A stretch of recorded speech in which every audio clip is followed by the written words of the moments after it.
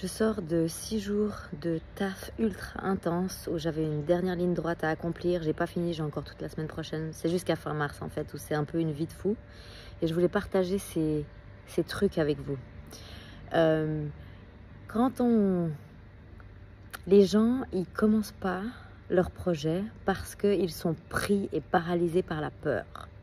Et en fait, je comprends ce qu'ils ressentent parce que je suis passée par là. C'est la sensation de ne pas savoir comment on va s'y prendre pour faire ce qu'on doit faire. Et la plupart des gens, ils passent pas à l'action parce que ça les paralyse et ils se disent « Oh non, non, non, non, c'est trop, c'est pas possible, là, c'est pas pour moi. » Et ils reviennent dans leur vie d'avant ou qui veulent changer, mais ils n'arrivent pas à passer à autre chose. Et en fait, ma manière de faire qui peut vous aider parce que je fais, c'est le boulot qui avait devant moi me paraissait mais beaucoup trop compliqué et beaucoup trop à faire dans un laps de temps aussi court. Et en gros, je suis en train de créer des publicités, donc il y a tout ce qui est tournage et je suis toute seule, donc je suis une équipe de 1. Et ensuite, il y a tout ce qui est montage, il y a tout ce qui est résoudre les problèmes de qualité des pixels, enfin bref, je vous passe les détails, mais et je dois encore créer 12 créatives, on dit en anglais, je sais pas comment on dit ça en français, mais bref, on s'en va les couilles. Pardon maman, j'ai dit on s'en bat les couilles. Donc, moi aussi j'ai eu ce truc où vendredi dernier, quand je savais que samedi je devais commencer, j'ai eu ce truc où j'ai commencé à procrastiner vendredi, au lieu de m'y mettre direct. Non, j'ai dit non, je prends ce jour pour moi, j'avais besoin de procrastiner, j'avais besoin de ressentir toutes les peurs qui montaient, de me dire mais en fait il y a trop de boulot, j'ai pas assez de temps, le temps est trop court, c'était ça mon problème. Le temps est trop court, comment je vais faire? Le temps est trop court et je me mettais la pression et ça me paralysait.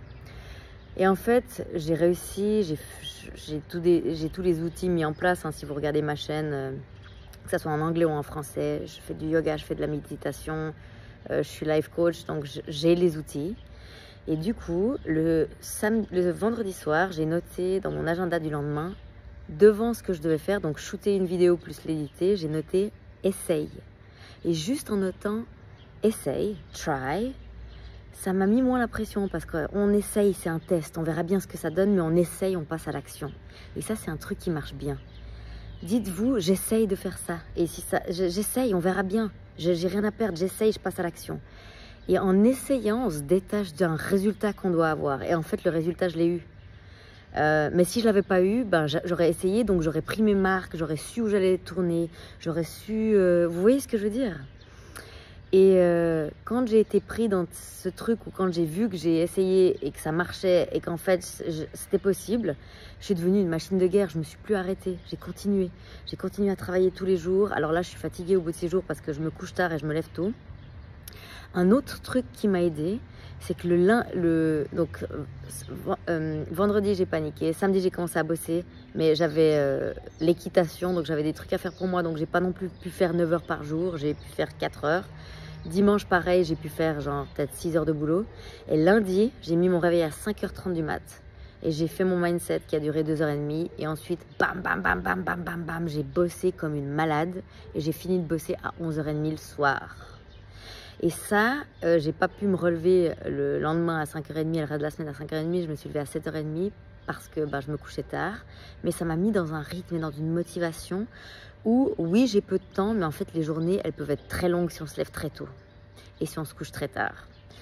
Donc, la dernière chose que je dirais, c'est il ne faut pas se brûler.